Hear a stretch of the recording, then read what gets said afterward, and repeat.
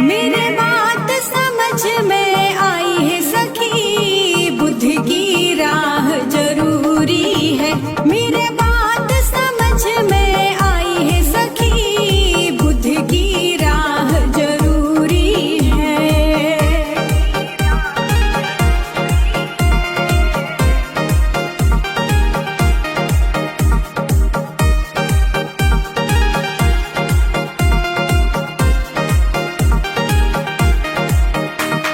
फंसी पड़ी थी मैं बंधन में, चूड़ी पायल और कंगन में। फंसी पड़ी थी मैं बंधन में, चूड़ी पायल और कंगन में।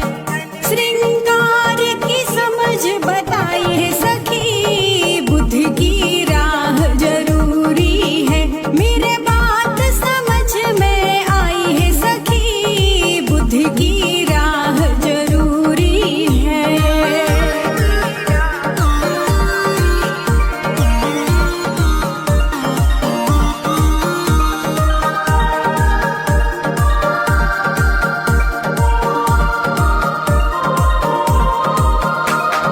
घूंघट को इज्जत बतला के, हर क्षेत्र में राखी दबा के। घूंघट को इज्जत बतला के, हर क्षेत्र में राखी दबा के।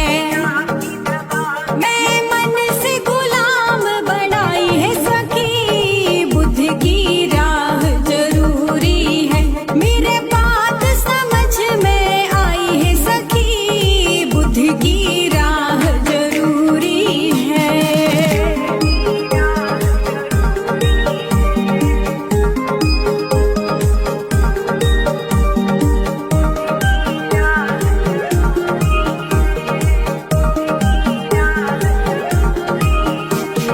यूं तो दुनिया में धर्म भतेरे, दुख चिंता से दूर वे मेरे।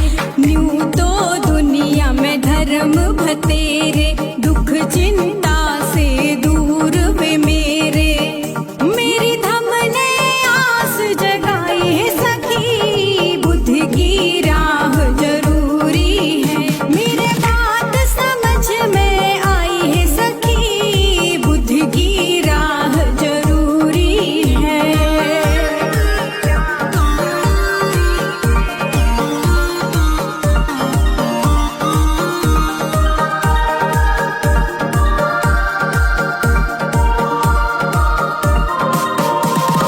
धम्म भूमि ने अलख जगाई, नारी को पहचान दिलाई। धम्म भूमि ने अलख जगाई, नारी को पहचान दिलाई।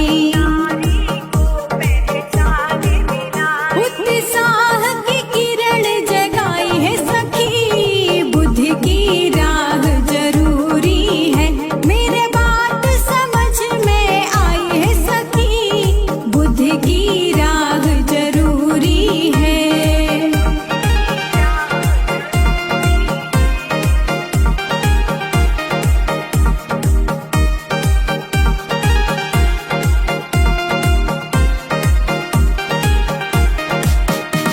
रमेश रतन कव दिल की साची, व्यवस्था परिवर्तन बात है आची।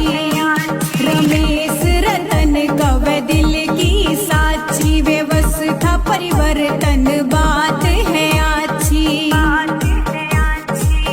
निशा बोध ने गाई कविताई है सखी, बुद्ध की राह जरूरी है। मेरे बात समझ में